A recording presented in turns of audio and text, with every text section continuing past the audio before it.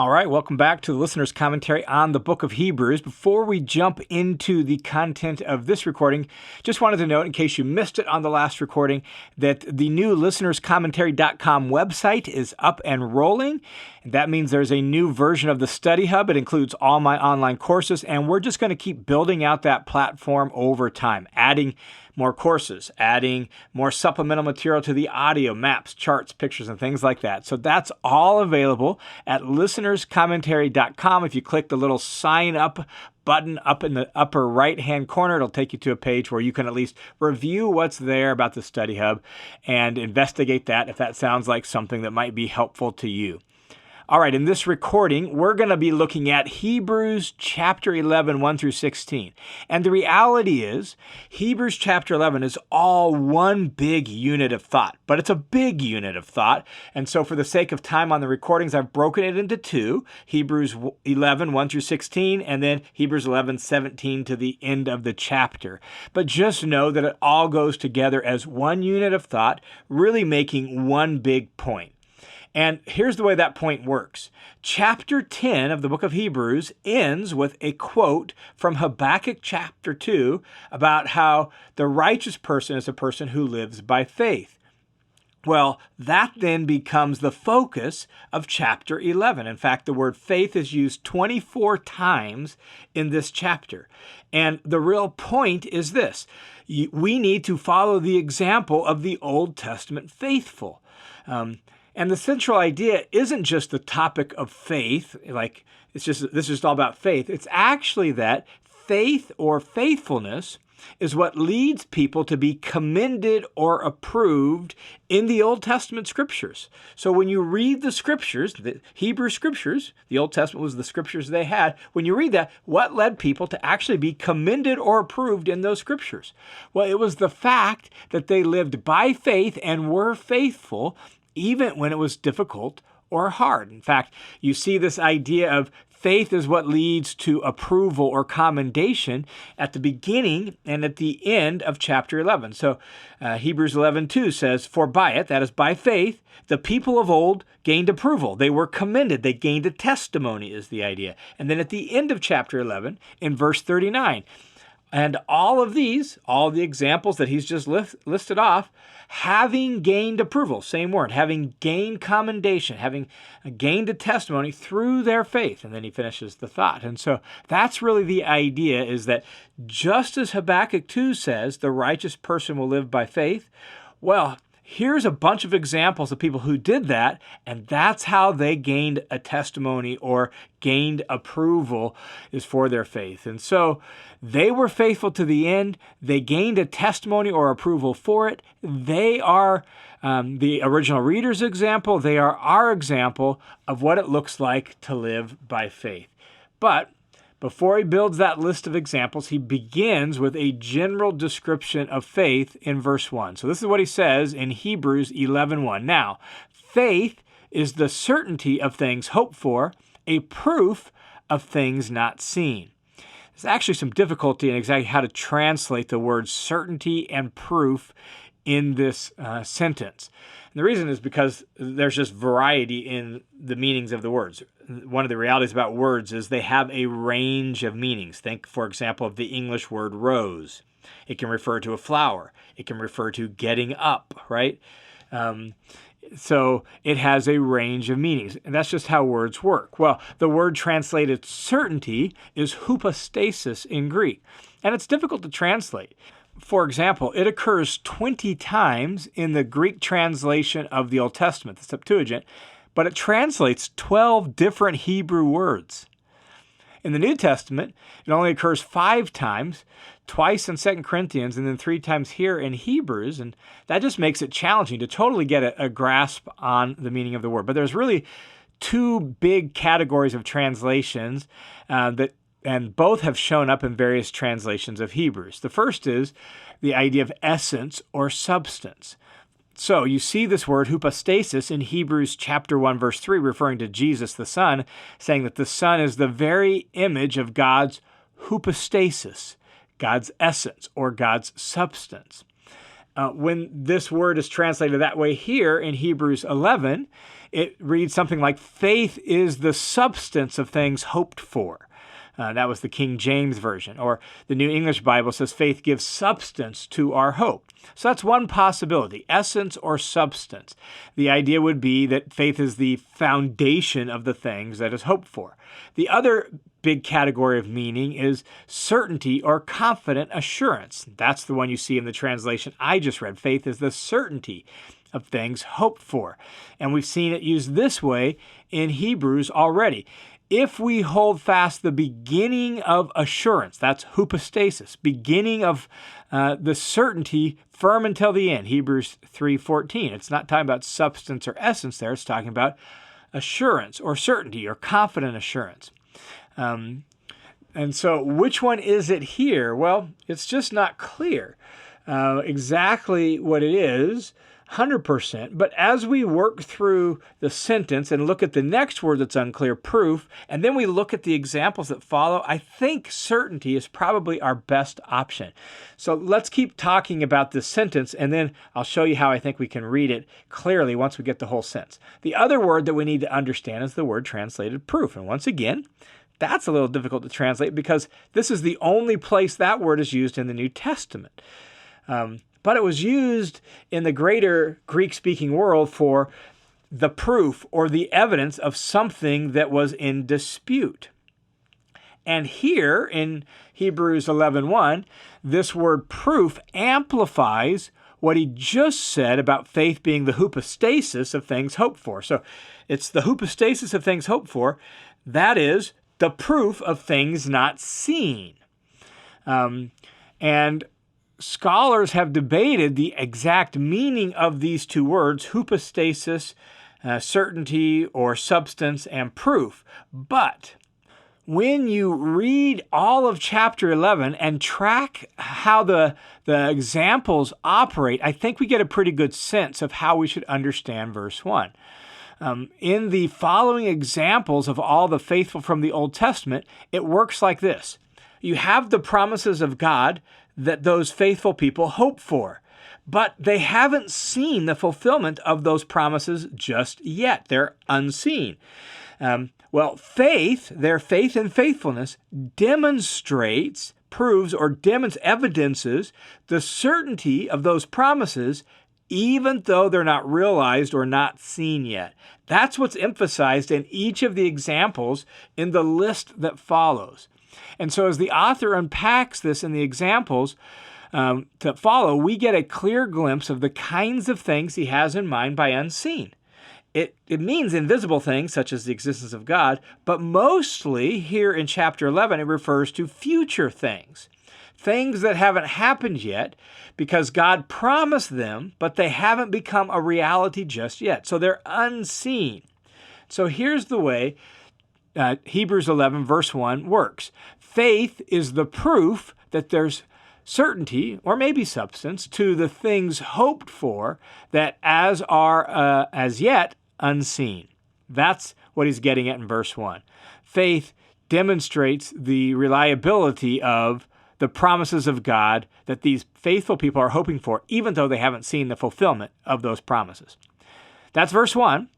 And it's a basic description of what faith is. Now, verse 2 tells us why it matters in this context, where he's trying to call his original readers to be faithful. So look at verse 2. It says, "For by it," that is, by faith, "the people of old gained approval." The people in the scriptures, their forefathers in the faith, right? The people of old gained approval. And this really is the central purpose of this list of Old Testament faithful. In fact, as I noted, he's going to restate that idea in verse 39 at the end. And so it's not just to have faith, it's that faith is what led the people of old to gain approval. That is, this word gain approval is from the word for witness or testimony. It is their faith by which they were commended. It was testified that they were faithful. That's the idea. Being faithful, even when it's hard, even when it doesn't make sense, even when you don't see for your entire lifetime, as the author will go on to say, the fulfillment of the promises that God made and that they're trusting in, even when that happens, that's difficult. And they were approved by that faith and faithfulness. And so that kind of faith is what the original readers of Hebrews need. And that's the kind of faith that we need today as well. So with that, he begins to build his list to drive home the importance of living by faith. As you listen to this list, notice two things. First, notice the repetition of the phrase, by faith, by faith, by faith, by faith. When this is being read out loud in the original congregation that received this letter, they would hear that over and over again, by faith, by faith, by faith. And that repetition would just drive that point home. And then listen for the emphasis on how faith shaped what the people of old did. It's not just that they had faith. Because of their faith, they acted a certain way. They did certain things. And so by faith, they did this. Listen for those two things as we go through the list. But first, before jumping into examples of people, here's just a general statement about faith and unseen things in verse 3. By faith, there it is, begins that beat, that rhythm, by faith, by faith. By faith, we understand that the world has been created by the word of God, so that what is seen has not been made out of things that are visible. So we get the beginning of this rhythm by faith. And what does that faith lead us to do? Well, here it says we understand. There's a response of faith. We understand something. What do we understand? We understand, he says, that the world was created by the word of God. Genesis chapter 1. God spoke and things came into being. John chapter 1 personifies that word as the Son. He's the means through which God spoke the world into existence. And so they've trusted this. The original readers believe that. As Jews who have become believers in Jesus the Messiah, they've believed that their whole life. The world has been created by the Word of God because they believe Genesis chapter 1. And so they believe that. Then, with that, he begins his examples of people from the Old Testament, and they're in biblical order. He gives a few pre-flood examples. Then he gives some examples from the patriarchs. Then he goes on to Moses. And then he mentions a few people just real quickly after Moses. That's sort of the order in which these examples show up. And so he begins with Abel, the first pre-flood example. So he says, by faith. So by faith, we understand in verse 3. Now the repetition. By faith, Abel offered to God a better sacrifice than Cain, through which he was attested to be righteous. He gained that commendation, that testimony that he was righteous. God testifying about his gifts, and through faith, though he is dead, he still speaks. This is the story that's found in Genesis chapter 4, verses 3 through 5. Both Abel and Cain bring their offerings to God. Both actually were appropriate offerings. One was a grain offering. One was an animal sacrifice offering. Both appropriate. God looked on favor with Abel's offering, but not on Cain's offering. Why? Well, Hebrews tells us why. The reason is because Abel actually brought it in faith. Even though Genesis doesn't make it totally clear what the problem is or the difference is between the two sacrifices, the author of Hebrews makes it clear for us. Abel's sacrifice was better specifically because of his faith. And since faith is consistently how one gains favor with God, how one's relationship with God is made right in the Scriptures, well, that's the point the author of Hebrews is emphasizing here. So by faith, Abel offered a better offering. Now, recall that I said to listen for what they did. Well, what did Abel do? He offered. And it was through his faith and the offering he gave in faith that he was attested to be righteous. Again, the word attested is from the same root word as the word gained approval in verse 32 and gained approval in verse 39. The word righteous there actually connects it with the quote from chapter 10, verse 39 from Habakkuk 2:4 about the righteous living by faith. So the author is very clearly connecting all of this together for us to say, here's how you can be attested as righteous. Live by faith like Abel did. In fact, through his example of faith, he's still speaking even though he's long since died. Now, continue on in verse 5, you get the next example. By faith, Enoch, and so he's our next example of someone who lived by faith. By faith, Enoch was taken up so that he would not see death. And he was not found because God took him up, for before he was taken up, he was attested to have been pleasing to God. This is from Genesis chapter 5. So Abel, Genesis 4, here Genesis chapter 5. Genesis 5 is a list of Abraham's descendants. And that list, it's a genealogy. We often skip those. We don't find them that engaging. But here's what's really important in the flow of Genesis about that genealogy in Genesis 5. It shows how what God said would happen, did happen. The repetition in Genesis 5 in the genealogy is, and he died, and he died, and he died. Well, God said that death would enter the world if Adam and Eve broke faith with him and ate from the tree they weren't supposed to. Genesis 5 says, guess what? Even though the serpent said, oh, you surely won't die, he was lying. Death really entered the world. Death happened. But not to Enoch.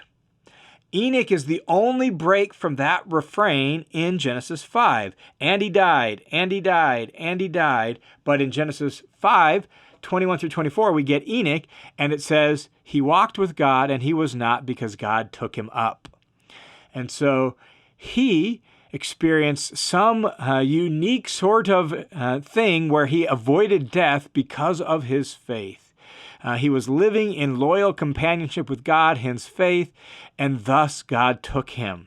And notice again here in verse 5, well, that's how he was attested that he was pleasing to God. In fact, the idea comes from the Septuagint that rendered the idea of walking with God there in Genesis 5 as pleasing to God. And so he gained a testimony that is pleasing to God because he walked with God loyally by faith. Well, then the author extrapolates from Enoch's specific example a general principle about faith. So look at verse 6. He says, and without faith, it is impossible to please him, to please God.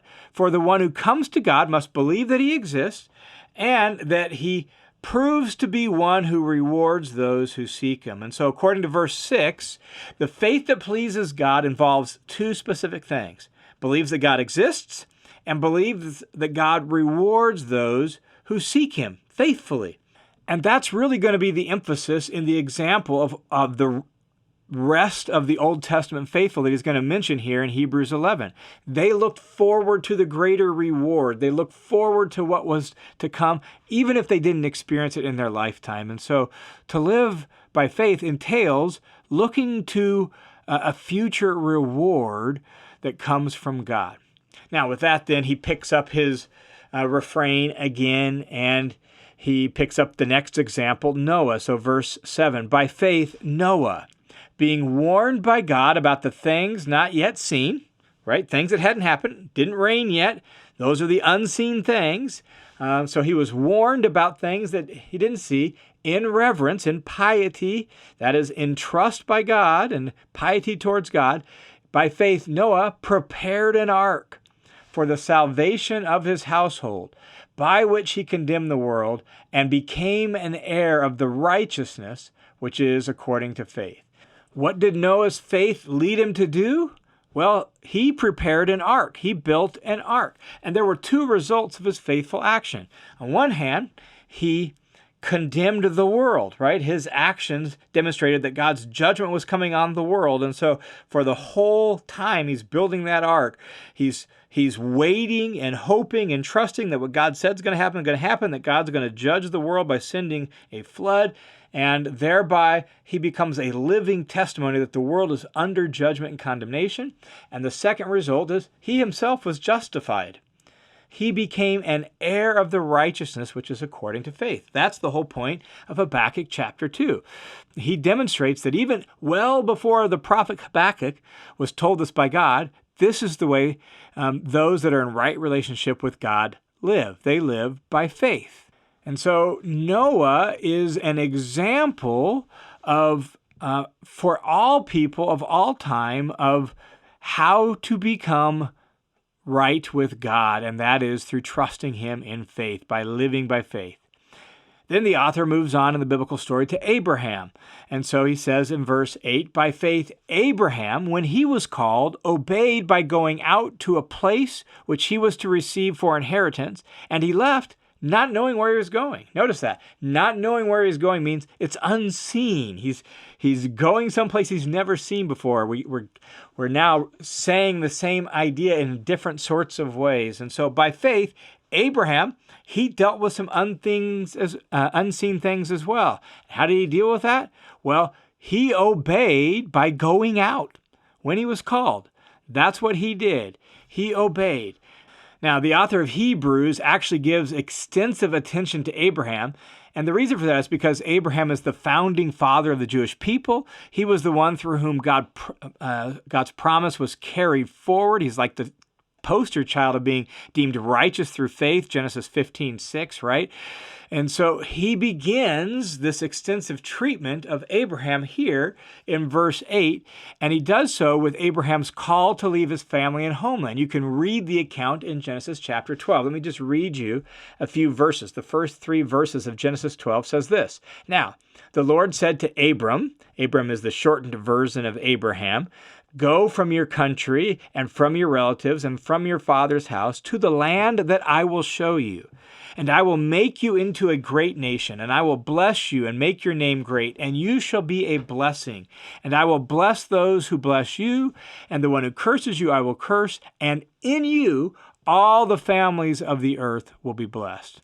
And so, by faith, Abraham obeyed these words of God by going out. He left the land he knew and was comfortable with, going to a land he had never been to, going to a land that God said, I'll eventually give this to your descendants. Not only that, I'm going to give you lots of descendants. I'm going to make you into a great nation. And through you, all the families, all the nations of the earth will be blessed. So, not knowing where he was going, Abraham went out. God called and promised, and Abraham obeyed in faith, and it demonstrated the substance of God's promises. It demonstrated the certainty of God's promise that even though Abraham didn't know where he was going and how it would all play out, God could be trusted.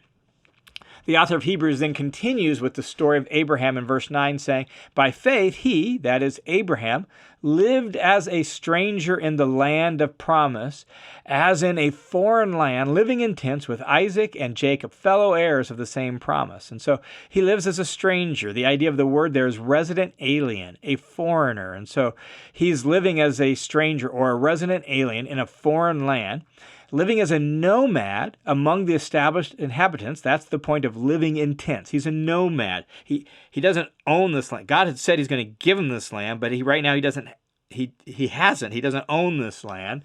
He's living as a nomad. And his descendants, Isaac and Jacob, they followed suit. They lived in that land as nomads as well, without really owning the land, not being a great nation yet. And so even down to his grandson, the realization of the promise was still unseen. But because of his faith, Abraham was looking ahead. So look at verse 10. For he, Abraham, was looking for the city. So he lived as a nomad in tents because he was looking for the city which has foundations, whose architect and builder is God. And so notice he's expectantly looking ahead, waiting for the fulfillment of God's promises, and that led him to look for the city in contrast to the tents that he's living in, right? The difference between tents and cities. One's a nomad and temporary resident. One's established and permanent. Notice it has foundations versus being a stranger and a resident alien. You can put down roots. And the architect of this city is God. He's the one who's going to build it. Now, just note this language of city, because this idea is going to show up several times. It'll show up again here in chapter 11, but then in chapter 12, you have come to Mount Zion and to the city of the living God, the heavenly Jerusalem. Or again, in Hebrews 13:14, here in the present world, we do not have a lasting city, but we're seeking the city which is to come. And so this actually becomes kind of a theme that he's going to mention or refer back to over the next handful of paragraphs as he develops his final exhortations here. And so Abraham's looking for a city that God has promised to him, that God will give him someday. The author of Hebrews continues the story of Abraham, now incorporating Sarah and the promise of offspring in verse 11. And so he says in verse 11, by faith, even Sarah herself received ability to conceive, even beyond the proper time of life, since she considered him faithful who had made the promise. Now, the grammar here is actually a little confusing, and commentators have suggested various ways of reading verse 11. The problem is that verses 9 and 10, and in verse 12, which follows this one, the subject of the sentence is Abraham. And in the Genesis narrative, the focus of the narrative, even the narrative of Sarah, is still Abraham. And the problem, though, is that the ability to conceive is more literally the power to lay down seed, which typically refers to the male's ability to produce offspring. The Greek word for seed actually is spermatos. You can hear the English word sperm in there, right? But at the same time, beyond the being beyond the proper time of life, well, that actually fits better with Sarah than with Abraham in the Genesis account, because Abraham was capable of having children through handmaidens before Sarah conceived, and then after Sarah's death, he had more children. So he's not really beyond the proper time of life in the Genesis narrative. And so the problem in the narrative is with Sarah being barren. So the struggle is, how do we put all that together with the grammar here, the story there, and all the parts? And so some suggest seeing the reference to Sarah as accompanying Abraham. That is, Abraham is still the subject in verse 11 of the sentence.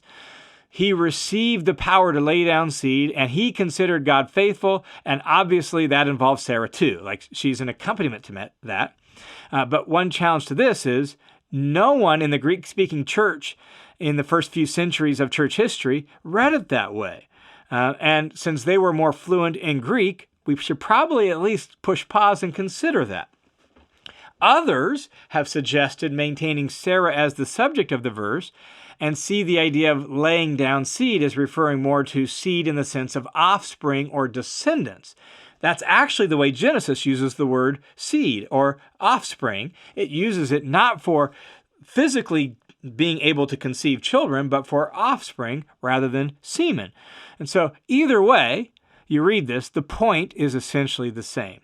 Abraham and Sarah became parents in their old age due to God's promise. And that's the point that the author of Hebrews actually draws out in what follows. Look at verse 12. Therefore, even from one man, and one who was as good as dead at that, there was born descendants who were just as the stars of the heaven in number and as innumerable as the grains of the sand along the seashore.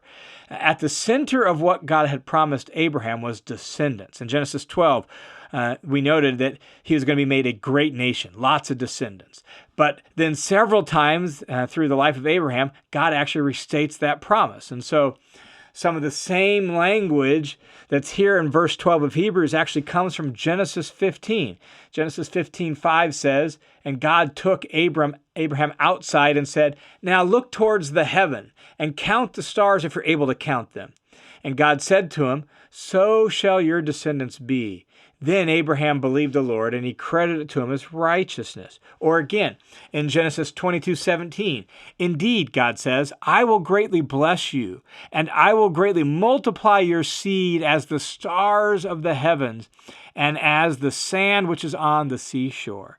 And so God has promised to Abraham and Sarah that they're going to have seed, that is, offspring. And so even though Abraham and Sarah were old and childless, God blessed them. And eventually he fulfilled his promise to them, and they had many offspring. Well, after noting that, the author of Hebrews then pauses for a second to emphasize the challenge of all of this living by faith for the people he's mentioned so far, especially for Abraham. Since this list is intended to call the original readers and us to remaining faithful, the author wants them to see that Abraham and Sarah and Isaac and Jacob, all living as nomads in a foreign land, still waiting, still looking forward to this great nation and these many descendants. And that's hard. And so he says this in verse 13, all of these died in faith, without receiving the promises. Like, they died before they saw the fulfillment of what God had told them he would do. But having seen and welcomed them from a distance. So the promises are unseen, but they've grasped them by faith as if looking into the future, looking into the distance, and they've seen them at a distance, and having confessed that they were strangers and exiles on earth. And so they hadn't received the promises, and they died in faith, looking at the promises from afar and saying, we're nomads here. We're strangers and exiles on earth. And this phrase, strangers and exiles, is used in 1 Peter and used here to refer to the idea of being people who they're not at home in this world. Though this world's system and this world's ways and this world's unfaithfulness to God makes them like foreigners and resident aliens in a foreign land. That's how they lived on earth. And then the author of Hebrews says, for those who say such things make it clear that they are seeking a country of their own, right? They're not at home here. This is not their true homeland. And indeed, if they had actually been thinking of that country from which they left, they would have had opportunity to return. Like if Abraham, knowing he was a resident alien in the promised land, had wanted to go back to Haran, he could have. He had opportunity to do that.